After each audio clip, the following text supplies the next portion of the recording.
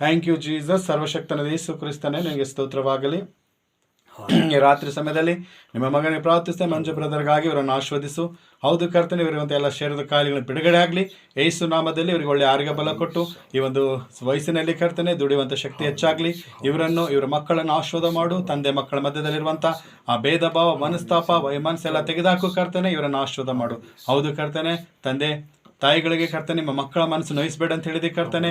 ಮಕ್ಕಳಿರ ನಿಮ್ಮ ತಂದೆ ತಾಯಿಗಳಿಗೆ ಸನ್ಮಾನಿಸಿರಿ ಅಂತ ಹೇಳಿದೆ ಕರ್ತನೆ.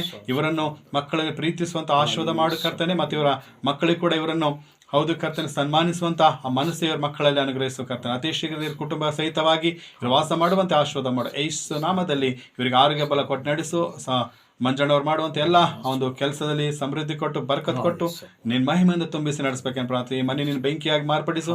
ರಕ್ಷಣೆ ಹೊಂದಿ ನಿನ್ನ ಆತ್ಮಿಕ ಬೆಳೆಯುವಾಗ ಇನ್ನೂ ಉನ್ನತವಾಗಿ ಬೆಳೆಯುವಂತೆ ನಿನ್ನ ಮಗನಾಗಿ ಜೀವಿಸುವಂತೆ ಸಹಾಯ ಮಾಡಿ. ಇವ್ರ ಕೈಯಾಗ ಎಲ್ಲ ಕೆಲಸ ಜಯ ಕೊಟ್ಟು ಎಲ್ಲ ಸಾಲಗಳಿಂದ ಬಿಡುಗಡೆ ಕೊಟ್ಟು ಇವರು ಏನೇನು ಅನ್ಕೋತಾ ಇದ್ರೆ ಸ್ವಾಮಿ ಅವರೆಲ್ಲ ಜಯ ಕೊಡು. ವೈಕಲ್ಯನ ಅನುಗ್ರಹಿಸು ಕರ್ತನೆ. ಬೇಕಾಗಿ ಸಮೃದ್ಧಿ ದುಡ್ಡು ಕೊಟ್ಟು ಇವರನ್ನು ಹೆಚ್ಚಾಗಿ ಆಶೀರ್ವಾದ ಮಾಡಬೇಕೆಂದು ಯೇಸು ನಾಮದಲ್ಲಿ ಪ್ರಾರ್ಥಿಸ್ತೇನೆ. ಯಾಕಂದ್ರೆ ನಾವು ನಂಬಿಕೊಂಡು ಪ್ರಾರ್ಥನೆ ಏನು ಬಿಡ್ತೇವೆ ಅದು ಹೊಂದಿವೆ ಅಂತ ಹೇಳಿದೆ. ಯೇಸು ನಾಮದಲ್ಲಿ ನಿನ್ನ ಮಗನಿಗೆ ಪ್ರಾರ್ಥಿಸಿದಾಗ ಎಲ್ಲ ಪ್ರಾರ್ಥನೆಗೆ ಉತ್ತರ ಕೊಟ್ಟು ನೀ ಮಾತ್ರ ಮಹಿಮೆ ಒದಕಬೇಕೆಂದು ನಜರೇತಿನ ಯೇಸು ನಾಮದಲ್ಲಿ ಪ್ರಾರ್ಥಿಸಿ ಬೇಡಿಕೊಳ್ಳುತ್ತೇನೆ ಸಜ್ಜುಗಳ ತಂದೆ. ಆಮೇನ್ ಆಮೇನ್.